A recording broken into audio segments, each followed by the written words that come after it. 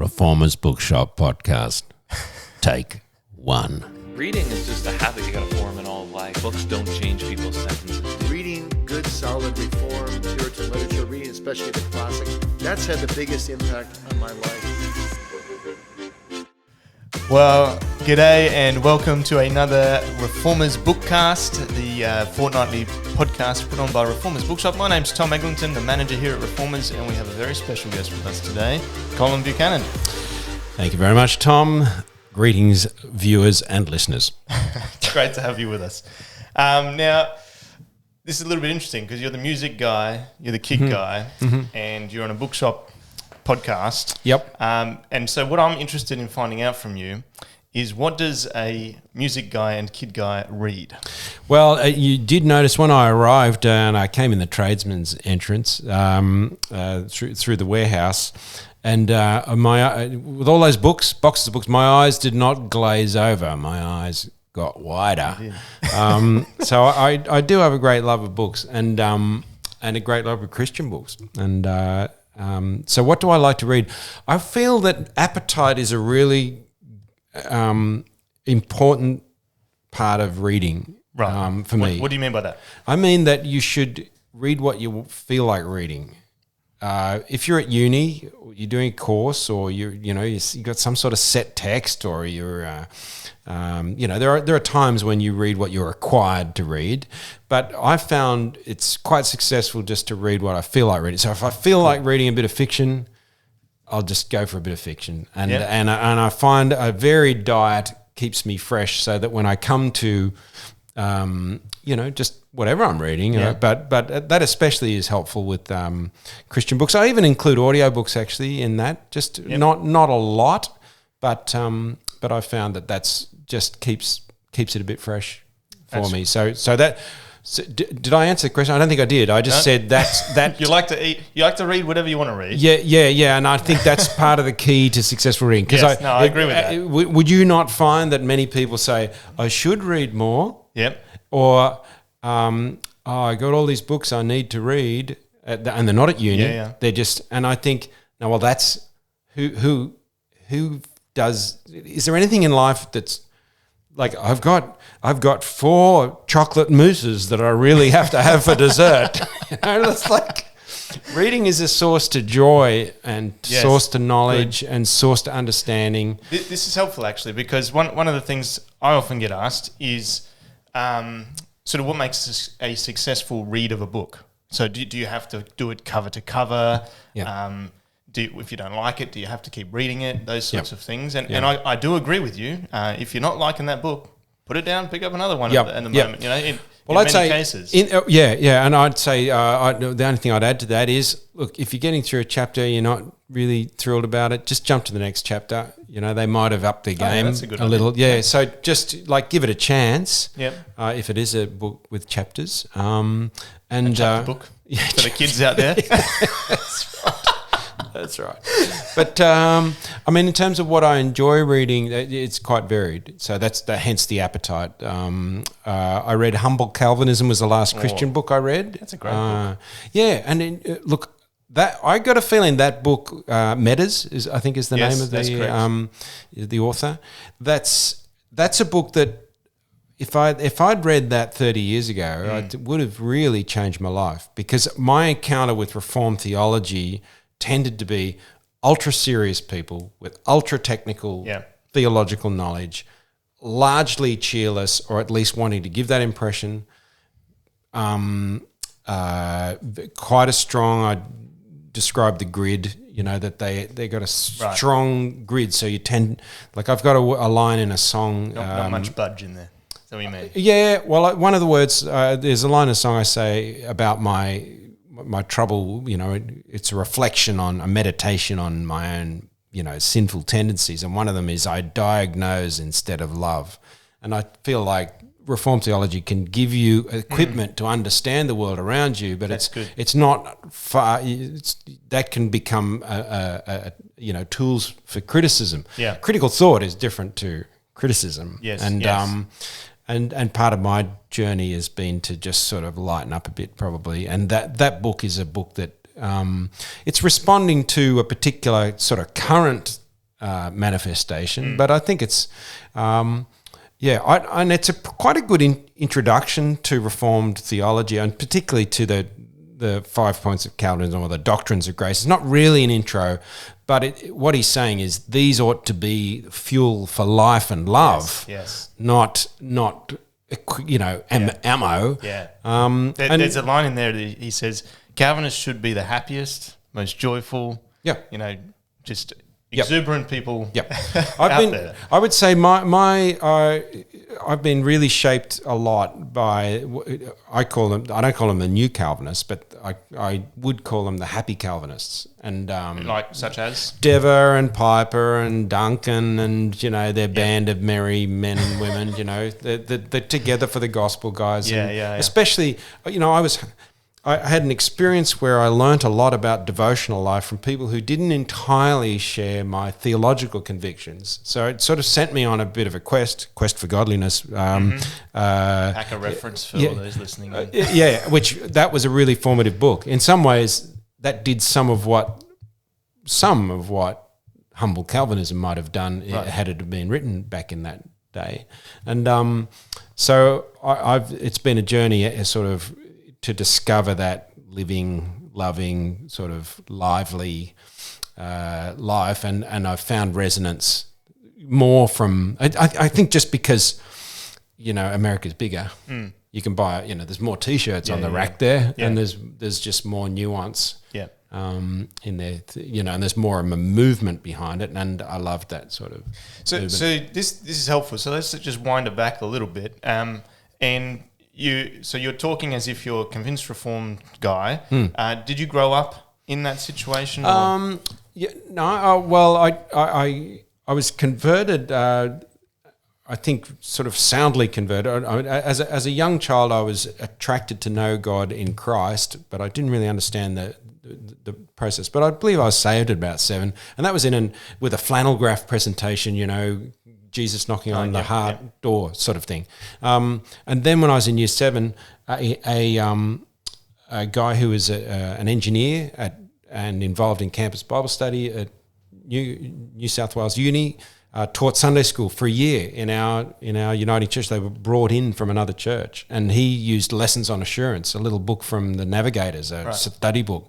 And that was very much presenting the gospel and verses, and and so that sort of helped me understand, actually that's the gospel, and it's better than I ever imagined. It's not simply a friendship, but it's salvation, it's forgiveness, it's assurance.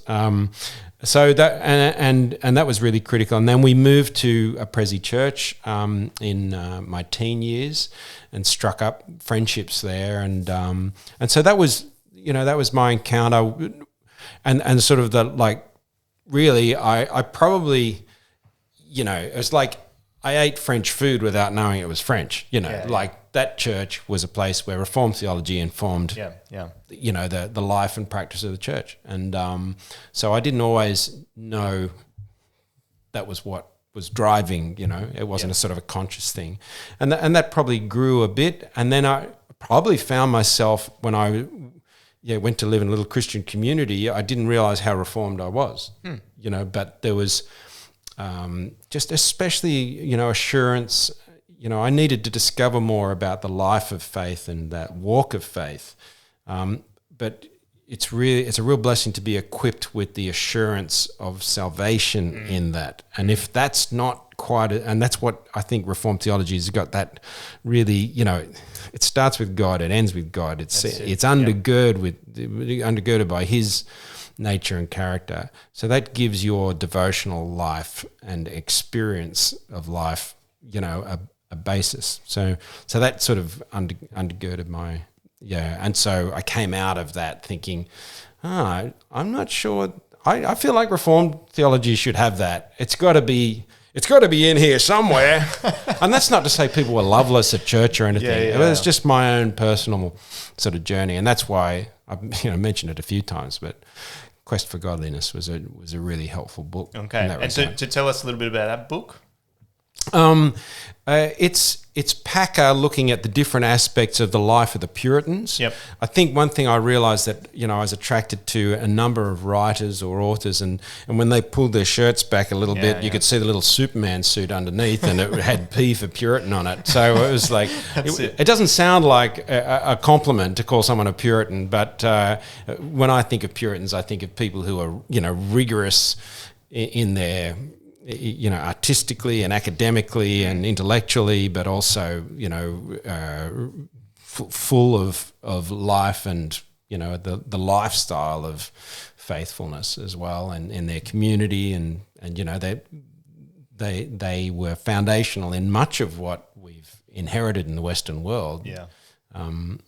Just in the structure of our broader society, and so it's a really readable book. It's a sizable book, but it's really readable. Yeah, wonderful. Now, I didn't.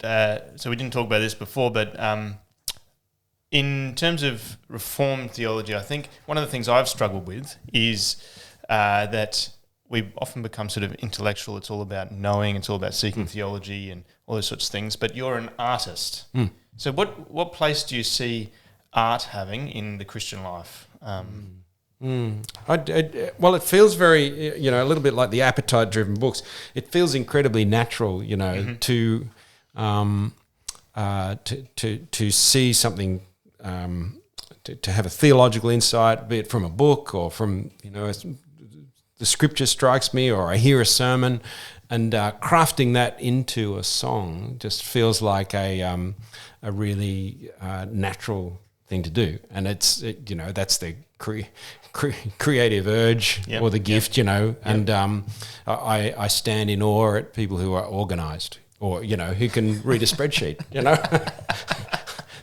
They do their thing. I like to say, if people like me were running the world, we'd have no bridges or hospitals, but we'd have lots of fun, just for a very short time. And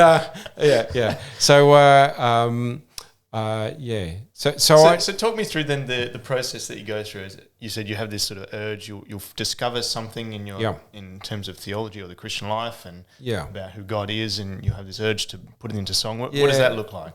Well, it'll just be sometimes I remember just thinking, and this is based around atonement, say, and salvation.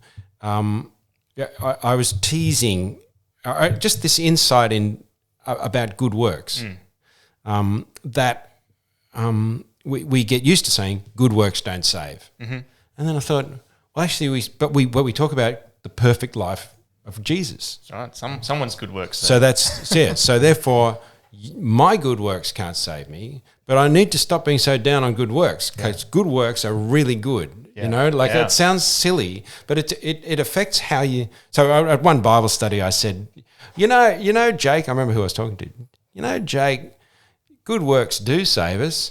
And he was this young guy. It was like, haven't you been listening? I know it's a bit cheeky of me, but those sorts of insights, okay, and there'd be some people watching who go, yeah, I get that, like that big deal. But when you get those little aha moments, and I was being a bit playful with him, but it does, and you start to tease that out, it opens a reflective realm. I mean, one, in terms of, well, therefore, are the good works of the world, where is there goodness in those? Or are they to no credit for salvation and therefore not good at all? But they're good things to think about. So if you're just sort of rigorous and curious and talking about those things, and so that's really turning the soil for a song to so a sort of raucous country style, slightly out of tuney sort of, my good works cannot save me, but Jesus' good works can, and it's like this whole ramshackle song that actually came from, I think, an interesting consideration of something that often it's that slight twist that helps sort of kick open a song. And I find that and if you put a little twist in it, there's more likelihood that people go, I'd never really thought about that. Yeah.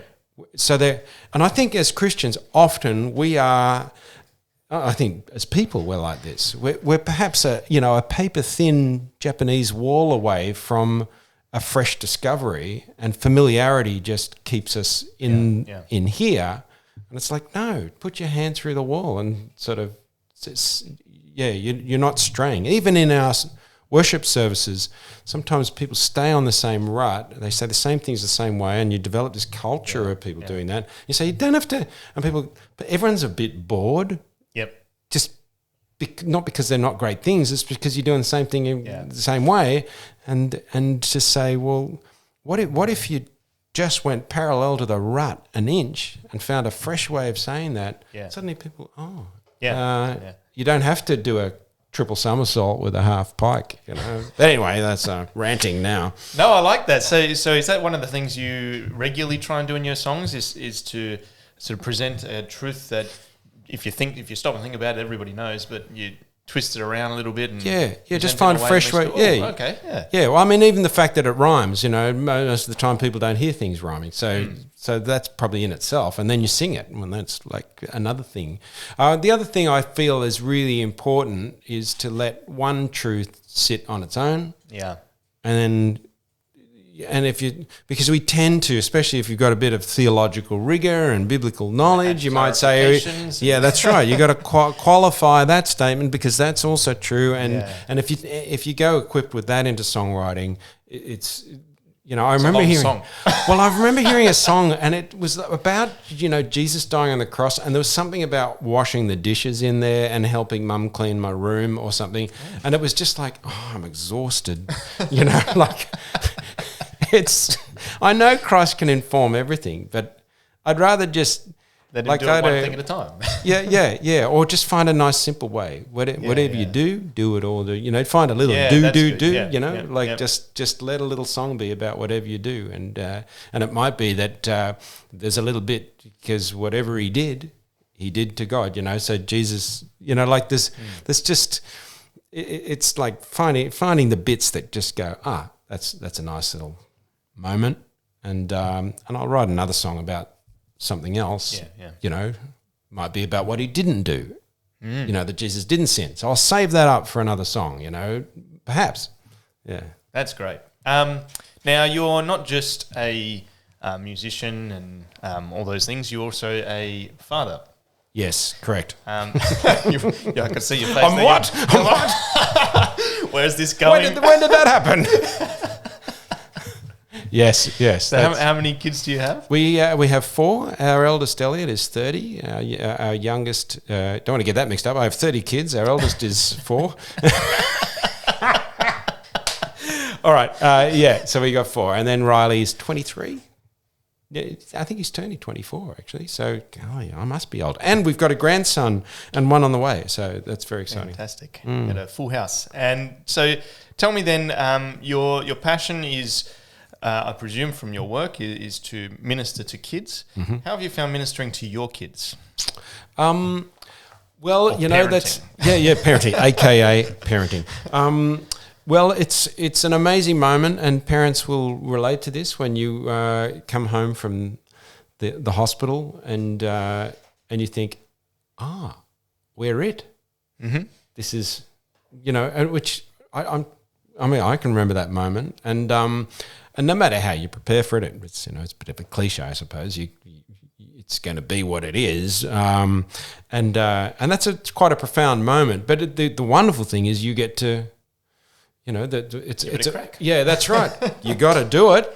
So, and I've been really grateful. Robin, my wife, has just really encouraged a purposeful. I'm probably a bit more, being creative. I'm a bit more sort of fabricate and. Things. She's a bit more like, we need to read a book about this. It's not enough that you sort of create it. And so that's been a good balance because I think you need both of those. And so it's really helpful. Just finding good books, processing what people have to say.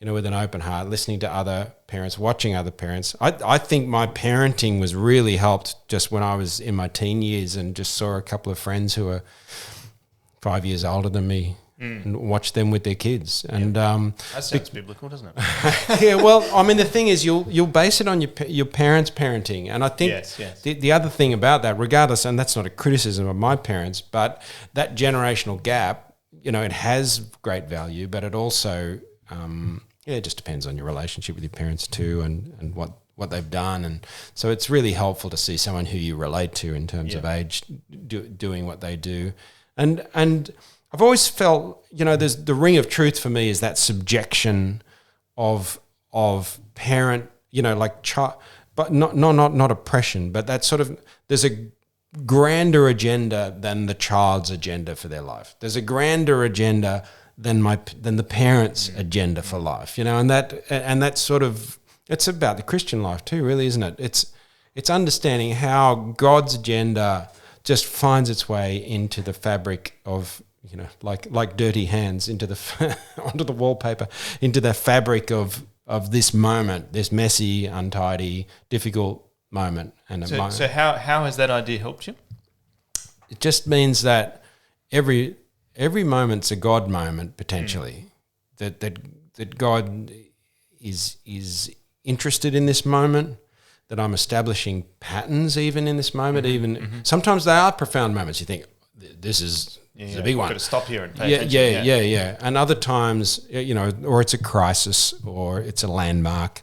And other times, it's like, if I do this once or I don't do it, it probably won't make a difference. But if I do it for the next 10 years, if I read a book to my kids, if I pray with them, no matter how humbly or simply, if I walk with them to the bus stop, one day is not going to make a difference. But, really. But, it may do if they don't know how to cross the road, I suppose. But, but just... You go and you go and you go and you go and you go, and then you end up talking, and then the next thing you know, they're 30 years old and the youngest is 24, and it's like. And the thing they remember is you walking them to the bus. Well, or you go, you're going to the station, I'll walk down with you. It's because it's hard. It's just hard to subject yourself to do things that you don't necessarily want to do. Like appetite wise. But then you get back and you think, well, that was a really good thing to do. Whatever I might have just wanted to sit and stare at the sky or something, but or check my phone or just make a coffee. But what I've done is much more valuable, and it's lovely. Yeah, that does take time. When kids are crazy and messy and noisy and little, it's a bit hard to see above the wall to that, and. In fact, I wrote a little article for Robin, who's a careers advisor, and the basic pitch was, Mrs. Buchanan was driving down Heathcote Street today when she saw the future. And it's like, what? And she saw an ex-student who's now a tradesperson, And one of the nice things about growing old is you sort of get to see the future. I mean, you've got to wait to get there. Yeah. But it is sort of nice looking back and seeing the value of some of those things that are a bit hard to understand their value at the time. And so it's encouragement just to work out what the important things are, and many of them will seem insignificant in the minutiae, but they're progressive value. I mean, going to church, just go every Sunday. It's really, some weeks you'll go, why did I can remember Robin saying, I don't even know why I went. I was just chasing a toddler in that cry room all the time, and yet that habit of just the muscle memory of that is something really important. Because it communicates something as well, right? So everything we do communicates to our kids. So you take them to church and they go, why is it that I went to the building all the time? There's obviously a reason behind this.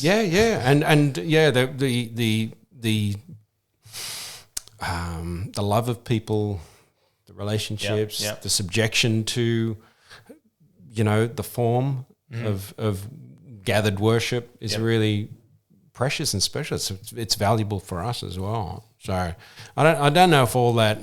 I mean, I loved seeing too. I think you can sort of get a bit bogged down in the moment. I loved just seeing people model joy in their children, and that.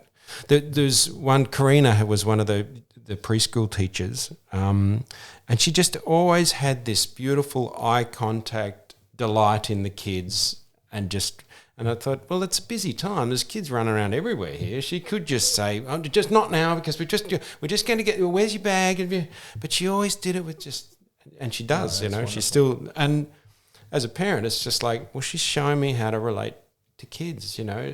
Calling them, precious. Like calling them. She'd call them that. Hello, precious, and using their names and asking them questions and listening to. It's funny when kids go, Dad, Dad, Dad, Dad, Dad. And you just think, I'm just too busy at the moment. Yeah. And then sometimes all they want to do is go, look. And you go, oh, if you really, and then they're off. And it's like, and I didn't want to do that. That's human nature. And it's human nature. And kids need to learn to subject it. They don't know all the things that are happening in our lives as parents. But it's lovely seeing my daughter and son-in-law now enter into parenthood and to see them doing that with purposefulness, reading good books about parenting, some Christian books and some not, and discussing those and sort of picking the goodness out of them. Yeah, that's really encouraging to see them do that, because it's if you just follow the camber of life without that purposefulness, I think it's going to be. I think that's not going to get you there. It's going to get you somewhere. Yeah. We're always heading somewhere. But I like that being purposeful about what you're doing to make sure that at the end of those 30 years, you've achieved something. Yeah. All those little and look, one thing, and I've said it, I've said it. It's always boring when people quote themselves, but I said it to myself as much as to anyone else. You never stop being a parent. And so when you see the 85-year-old and they're worried about their kids or their, just think, still a parent, which shouldn't come as a surprise. But, when you're outside of your generation, you always sort of, but it's true. It's not like, hey, finished. Well, look, I think that's all we have time for. Well, that's six podcasts by now. If you're still watching, I'd like to congratulate that individual who hasn't learnt to turn off their computer. They listen on their phones these days. The young men, I've seen them doing that. Oh, is that what they are? It's been great to have you with us, Colin, and thanks for coming on and joining us. Thank you very much, Tom, and I can't wait to get out of that bookstore and go crazy. Sounds good. Yeah.